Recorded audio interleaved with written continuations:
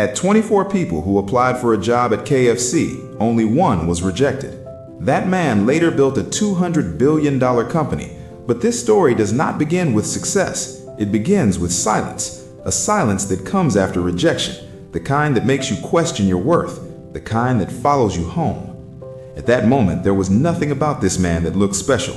No awards, no confidence, no backup plan. Just a growing list of failures that society was already using to define him. This story begins in a small city in China, not in a wealthy family, not in a powerful circle. No shortcuts, no safety net. Just a boy trying to understand where he belonged in a world that constantly told him, "You do not." In school, his grades were ordinary. Math felt like a wall. English felt like a barrier. Teachers quietly decided he was not academic, and once the world gives you a label, it expects you to live inside it. After college, reality arrived without warning. He started applying for jobs, hotels, offices, companies. Every interview began with hope, and every result ended the same way. Rejected again and again. More than 30 interviews, more than 30 rejections. Not because he was lazy, not because he lacked effort, but because he did not fit the system's expectations. Each rejection took something from him: confidence, belief, direction, until one moment hurt more than all the others combined. When KFC opened its first store in China, 24 people applied. 23 were selected. He was the only one rejected.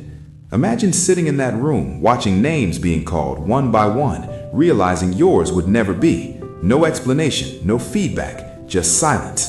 That day, he learned something painful. Rejection does not just reject your application, it quietly tries to reject you. Many people would have stopped there. Most people do. But instead of quitting, he asked himself one honest question. Why? Why was he being rejected everywhere?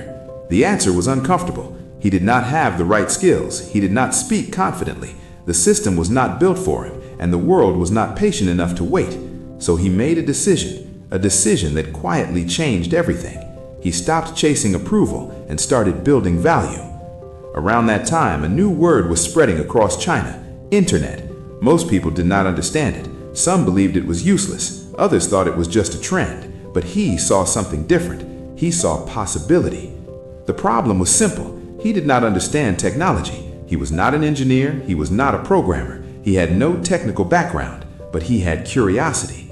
So he began learning, slowly, clumsily, without guarantees. He worked on his communication, his English, his confidence.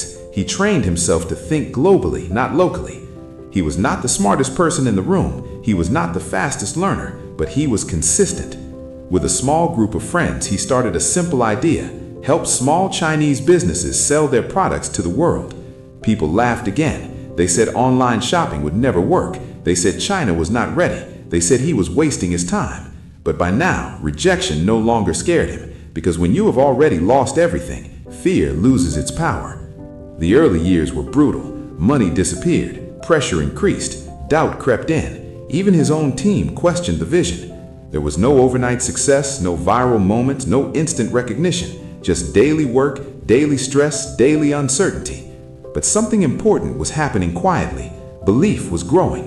Year by year, more businesses joined. More people trusted the platform. The impossible started becoming real. And then one day, the world finally noticed. The company was called Alibaba, and the man everyone once rejected was named Jack Ma. The same person rejected over 30 times, rejected by KFC, labeled average by teachers, ignored by the system. Today, Jack Ma is one of the most influential entrepreneurs on the planet.